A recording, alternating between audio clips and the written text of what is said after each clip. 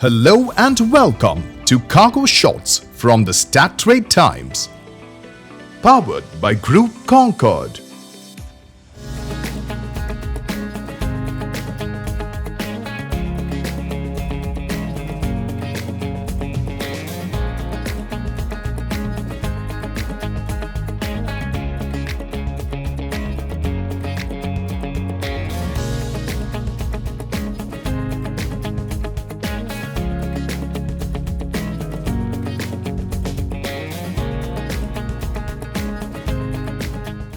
This is Malika Mishra and you're watching Cargo Shots, where we bring you the top headlines of the week. Saudia Cargo, in collaboration with Changyao and Worldwide Flight Services, announced a strategic partnership. Saudia Cargo has signed a strategic partnership with Changyao Network, the logistics arm of Alibaba Group, and Worldwide Flight Services to increase cross-border e-commerce cargo volume carried in its network and to improve services to its e-commerce customers. With this partnership, WFS, which manages and operates Changyao's e-commerce warehouse at Liege Airport in Belgium, will offer dedicated handling of cross-border e-commerce cargo coming by Saudia Network through Liege. The partnership aims to substantially increase the speed of inbound and outbound cargo movement. According to Saudia Cargo, 23% of Saudi Arabia's total trade is from e-commerce and the country's export by air is up 70%. The agreement was signed in Jeddah on 23 November by Teddy Sebitz, CEO at Saudia Cargo, John Batten, CEO EMEAA or Europe, Middle East, Africa and Asia at WFS, and Eric Su, VP, Changyao Network. Lufthansa Cargo starts construction of new Frankfurt hub. Lufthansa Cargo is pressing ahead with modernizing the Frankfurt hub with its LCC Evolution project. Lufthansa Cargo is investing a total of almost 500 million euros in the major project, which is scheduled to be completed by 2030 and will cover an area of more than 70,000 square meters. It is in August 2023 that the construction work began on the new 40-meter-high tall high bay warehouse, including the automated transport system and the first building modules in the north of Frankfurt Airport. Ashwin Bhatt, the CEO of Lufthansa Cargo, said that with a throughout share of around 80% of Lufthansa Cargo's global cargo volume, the Frankfurt hub plays a decisive role in the operational success of Lufthansa Cargo. Kuehne+Nagel US team moves flu vaccine for 500,000 veterans and families. Kuehne+Nagel announced that it executed a unique operation in September 2023. If you're wondering what it is, they call it similar to a milk run.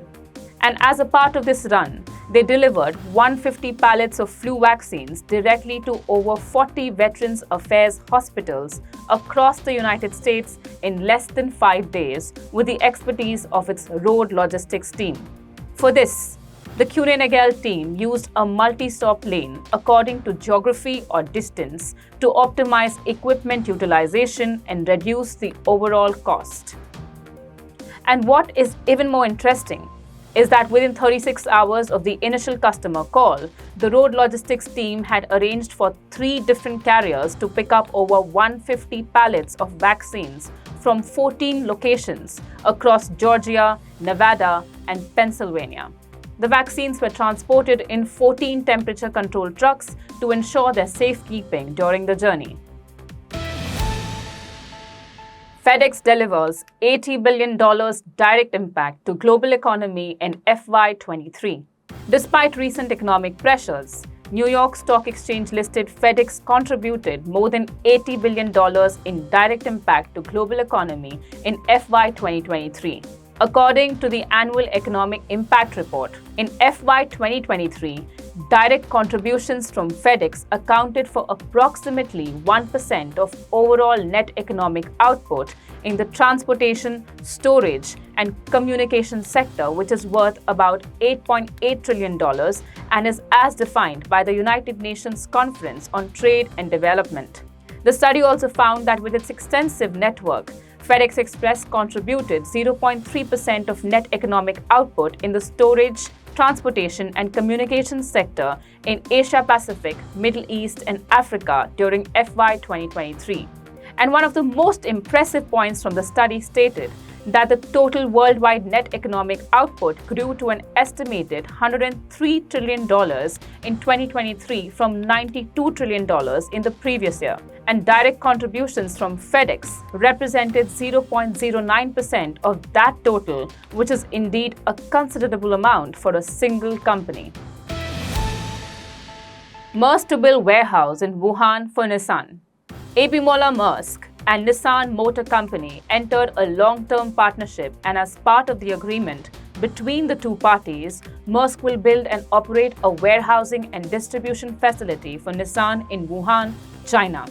The warehouse will have an indoor area of 3,000 square meters with an additional 500 square meters for temporary expansion, as well as an outdoor area of 1,000 square meters. Moreover, the services provided will be tailor-made for Nissan, including inbound and outbound operations for parts and pallets, inspections, mixed bundling, quality assurance, and other value-added services. It is important to note that Maersk has provided ocean services for Nissan for over a decade, and during the past 3 years, both companies have collaborated across various areas to explore opportunities for logistics. Amazon to use River Ganga to transport packages. Yes, you heard that right.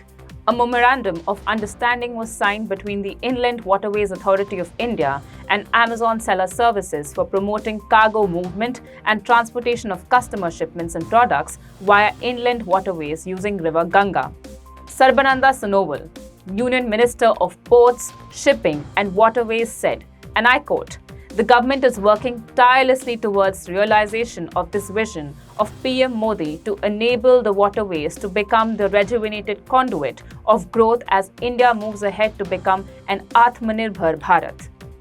This partnership would be an important step towards enhancing the movement of e-commerce cargo through our inland waterways. And on the same subject, Chetan Krishnaswamy, Vice President of Public Policy at Amazon, made a very interesting point through a LinkedIn post. The post mentioned that India's extensive 14,500 kilometer navigable waterway network, including rivers, canals, and more, moves around 55 million tons of cargo annually using the eco-friendly inland water transport. And to give you a statistical perspective, according to a World Bank report, rail transport consumes 18.5% more fuel and road transport consumes 91.6% more fuel than water transport, making water transport the most environmentally friendly mode of transportation. As per Maritime India Vision 2030, the ministry aims to increase inland water transport volumes to more than 200 million tons. Comoros, Tanzania, Uganda gear up for African Continental Free Trade Area Agreement implementation.